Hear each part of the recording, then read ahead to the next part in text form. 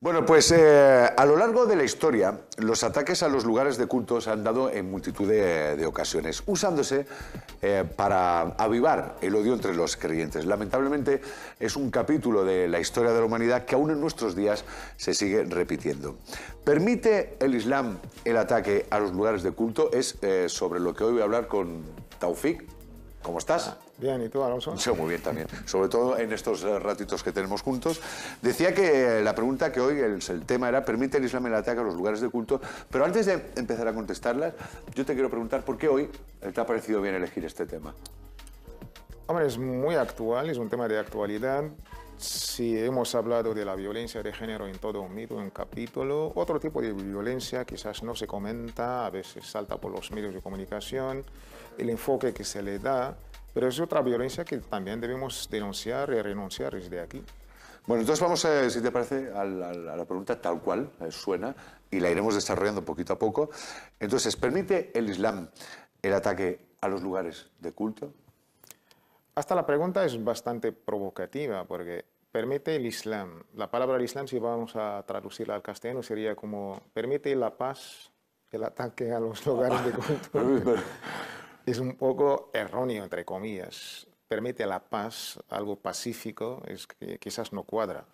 Pero teniendo en cuenta nuestro contexto político, que lamentable la realidad pura y dura que vemos, la respuesta así, como entrada, es tajantemente no. Porque ya solamente por la propia esencia del Islam es paz y promover paz. Pues nada de alguien puede pensar, incluso imaginar, que la paz puede promover algo que es en contra de su propio mensaje, que es la violencia. Es totalmente no, incluso por textos sagrados coránicos, por textos sagrados del mismísimo profeta Muhammad, la paz sea con él, e incluso por la propia praxis, la práctica histórica, cronológica desde el primer califa, que pues, nos da la respuesta tajantemente no. No, pero sí es cierto que en determinadas circunstancias, en determinados momentos, el Islam sí invita, sería desde luego erróneo, pero sí justifica, ¿no?, la lucha. La religión siempre ha sido utilizada, instrumentalizada, manipulada por sus propios adeptos. No solamente pasó en la historia del Islam y de los musulmanes, pasó algo semejante igual con los cristianos, con los judíos, con los hindús. La manipulación por el ser humano es algo que ya es constante y lo vemos en todas las culturas, en todas las religiones. Pero esto no justifica, pues, hacer todo un veredicto moral, ético, sobre toda una religión. Debemos hacer juicios de hechos, nunca juicios de valor. Entonces conviene que aclaremos exactamente en qué momentos, que según me has explicado antes, serían dos. Defensa propia y proteger lugares sagrados, que es los casos en los que se justificaría la lucha, que es la yihad. Sí. ¿No?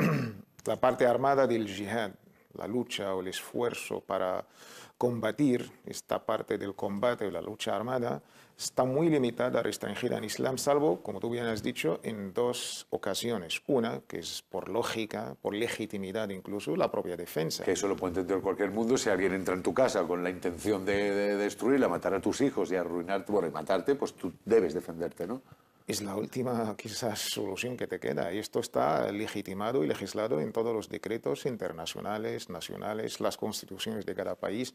El Islam no va a ser ajeno de todo esto. Pues es que es muy comprensible. Y la otra es incluso para promover la paz y proteger incluso los lugares de culto. Es algo tan, digamos... Aquí hay que matizar una cosa muy importante. Proteger los lugares de culto... los propios, pero también los lugares de culto a lo mejor de otras religiones, de otro tipo de los creencias. propios es obvio. Pero cuando habla el Islam de proteger los lugares de culto a otras religiones, ahí donde está quizás el punto de interés, que muchísima gente lo desconoce.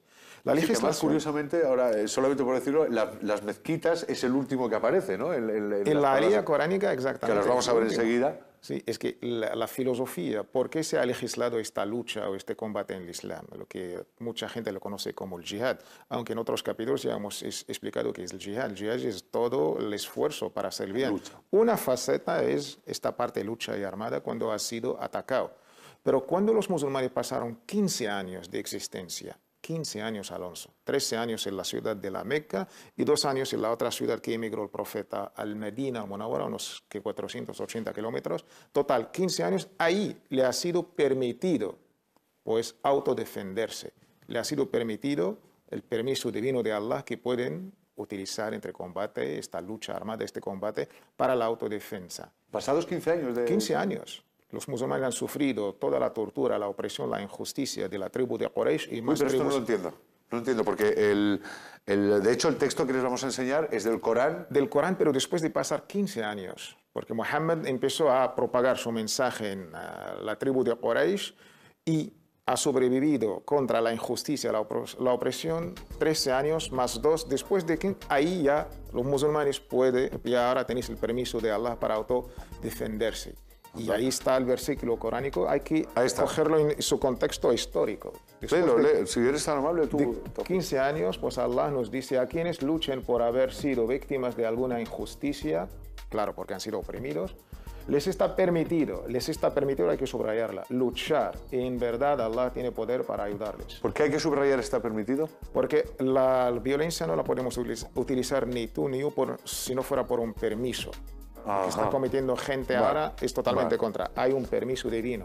Los que fueron expulsados de sus casas sin derecho, solo porque habían dicho nuestro Señor es Allah. Si Allah no se hubiera servido de unos hombres para combatir a otros, habrían sido, primero, destruidos, fíjate, monasterios, iglesias, sinagogas y mezquitas. Monasterios, iglesias y sinagogas, ¿a quién pertenecen estos lugares de culto? No, pero el caso es que el último son las mezquitas. Y mezquitas, monasterios, iglesias a cristianos, sinagogas a judíos y mezquitas, donde se menciona en abundancia el nombre de Allah. Es cierto que Allah ayudará a quien le ayude, verdaderamente Allah es fuerte y poderoso. Ahí está. Pero yo quiero, perdóname que sea pesado, pero yo creo que sí, si tengo dudas te las quiero volver a preguntar. No me ha quedado claro lo de los 15 años. O sea, si está puesto en el Corán que digamos que es... Hemos contextualizado el contexto de la violencia o de la lucha armada o del combate legítimo. No ha sido permitido a los musulmanes autodefenderse desde el primer día. Vino Muhammad, la paz sea con él, empezó a predicar su mensaje, ha tenido adeptos, ha sufrido torturas, injusticias, opresiones, hostilidades, pero no se ha defendido. ¿Por qué? Porque ha sido esta manera de educar. Primero hay que educarse, hay que propagar los principios. Los principios no se van a arraigar en tu corazón por la violencia, sino por el convencimiento. Y también hay que educarse a tener paciencia, a sacrificarse por los principios. O sea, aguantar hasta, digamos, hasta que ya llega un límite. Arraigar los principios, no por la violencia, sino por digamos, el diálogo y por la divulgación y por, digamos, el diálogo de la razón contra la razón. Bueno, me encanta. Sigo teniendo dudas, pero tenemos que avanzar porque tenemos cosas que enseñar, pero luego me las cuentas más en detalle y si hace falta repetimos la semana que viene. Pero nos vamos a ir con el segundo texto porque ya es, digamos, la confirmación del profeta y el primer califa Abu Bakr. Sí, Abu Bakr, muy bien, lo has dicho muy bien. Bakr.